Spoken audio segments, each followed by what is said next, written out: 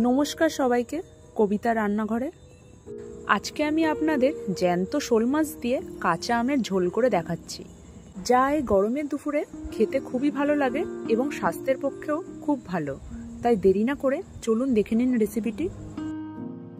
প্রথমে আমি শোল মাছের পিসগুলোতে নুন, হলুদ আর সর্ষের তেল দিয়ে মেখে 10 মিনিটের মতন রেখে দেবো।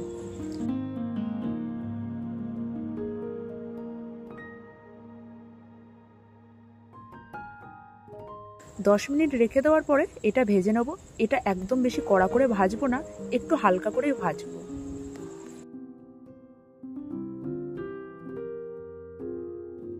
মাছের পিসগুলি ভাজা হয়ে গেছে, এরপরে তুলে নিচ্ছি। আপনারা ঠিক এই রকম ভাবে ভাজবেন। এরপর তেলের মধ্যে শুকনো লঙ্কা, 1 চামচ সর্ষে আর কাঁচা লঙ্কা দিয়ে একটু নেড়ে চেড়ে একটা কাঁচা আম কেটে রেখে দিয়েছিলাম সেটা দিয়ে দিচ্ছি। আর তাতে হলুদ, লবণ আর 1.5 চামচ আদা জিরে বাটা দিচ্ছি। আদা জিরে বাটা দিয়ে ভালো করে নেড়েচেড়ে এটা ভেজে নেব।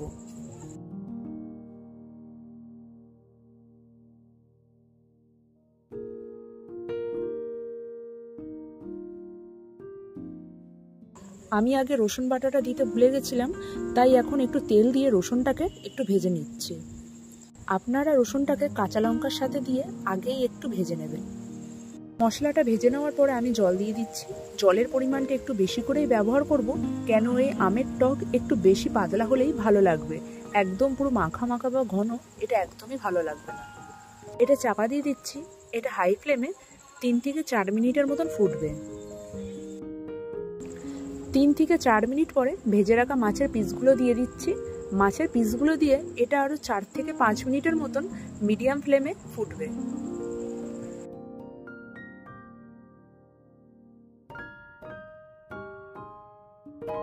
পাঁচ মিনিট পরে রেসিপিটি কমপ্লিট হয়ে গেছে, কিন্তু এখানে আমি আরেকটা মশলার ব্যবহার করছি। এখানে সামান্য গোটা ধনে আর জিরে একটুকুনি তেলের মধ্যে ভেজে গুঁড়ো করে রেখে দিয়েছিলাম, সেটাই একটু গুলে দিয়ে দিচ্ছি। মশলাটা দিয়ে নাড়াচাড়া করে নামিয়ে দেবো।